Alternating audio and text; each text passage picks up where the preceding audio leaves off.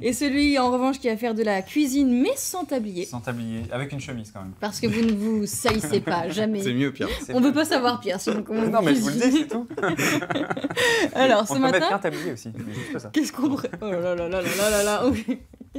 C'est comme ça qu'il fait chez lui, le week-end. Eh ben ça, c'est... Avec Faudra seulement venir, Malika, un faudra tablier. venir. Ah bah, si votre femme est d'accord, on va bientôt s'amuser. On peut s'entendre. Ah, on se passe à la recette, là, les amis, parce que...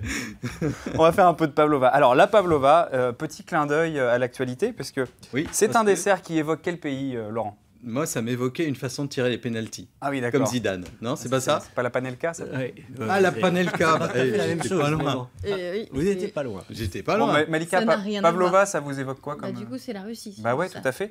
Alors, la Russie, la Coupe du Monde, et ce qui est assez marrant, parce qu'il y a eu le France-Australie il y a quelques jours, c'est que c'est un dessert qui est australien en fait, et qui a été créé en l'hommage de la Pavlova, qui était une grande ballerine russe.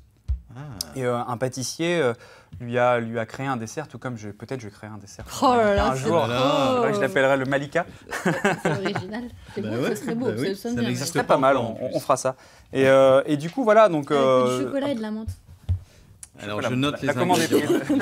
On va faire ça. Allez-y, Pierre, continue On va avec la faire ça, on va faire pavlova. Moi, je note. Et donc, du coup, c'est un dessert qui a été, voilà, qui est assez connu parce qu'on le retrouve dans le monde entier aujourd'hui. Et puis, ça a un petit peu le vent en poupe. Il y a beaucoup de grands pâtissiers, notamment Michalak, qui ont remis la pavlova un petit peu de façon gastronomique au goût du jour. Alors, ce qui est formidable, c'est qu'en fait, c'est un dessert qui est sucré, mais pas tant que ça, et surtout extrêmement léger. Il est et léger, ouais. la clé, c'est cette meringue. Alors, je ne peux pas la faire parce que c'est un petit peu long, mais je vais vous expliquer comment on Comment fait est-ce cette qu'on fait meringue. cette meringue? Alors pour faire cette meringue, déjà, il faut 3 ingrédients.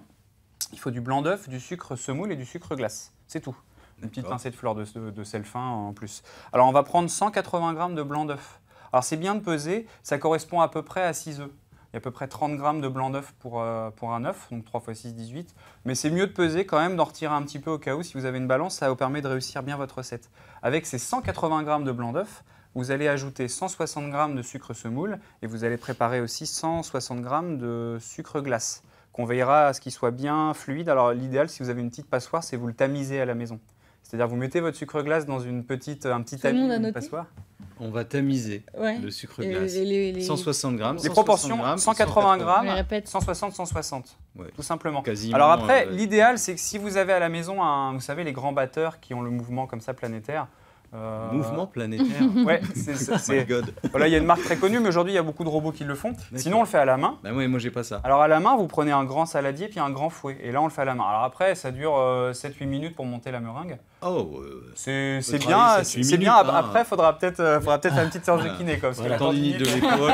c'est un petit peu. Merci Pierre. Donc vous allez comme ça monter. Alors, Il donne du travail à tout le monde. ah, mais c'est universel la cuisine.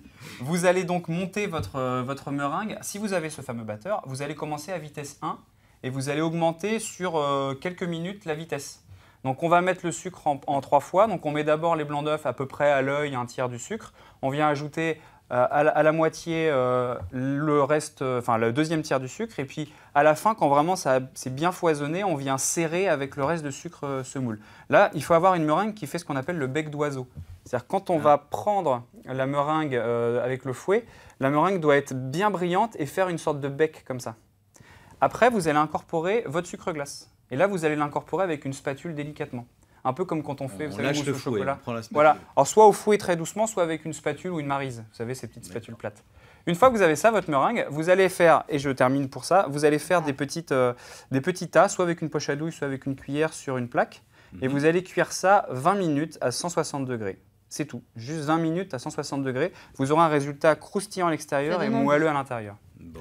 Et on va faire après Ça, ce sera la dessert. base de notre C'est ça. pavlova. Eh ben oui. Alors on termine la recette que vous nous proposez ce matin. C'est ça. Donc les meringues sont prêtes. Les meringues, c'est fait. On les laisse refroidir, mais ça refroidit très vite parce que c'est très léger.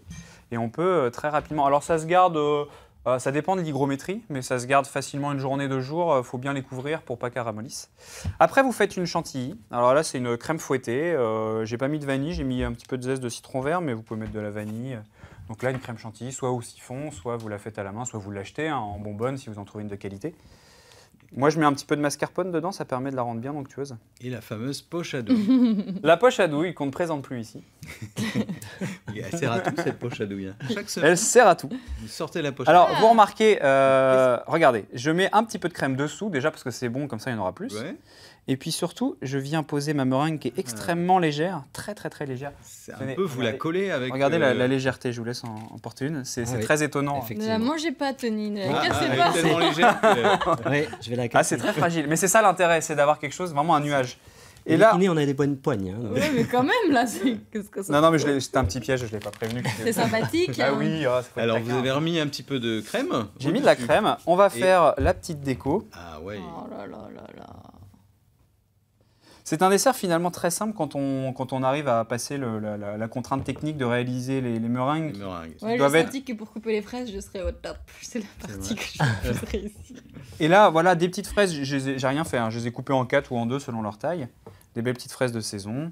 En ce moment, en Normandie, on a des très belles fraises de pays. Des fraises normandes. Bah, ça donne envie. En tout Et voilà. Et qu'est-ce qu'on rajoute? Voilà, on termine. J'ai un petit coulis de fraises. Alors ça, toujours, quand vous mangez des fraises, vous avez toujours des fraises abîmées, vous les gardez, vous les faites cuire avec un peu de sucre, un jus de citron, vous faites un petit coulis, tout simplement. On vient sucrer les fraises, hein, comme on dit. Voilà.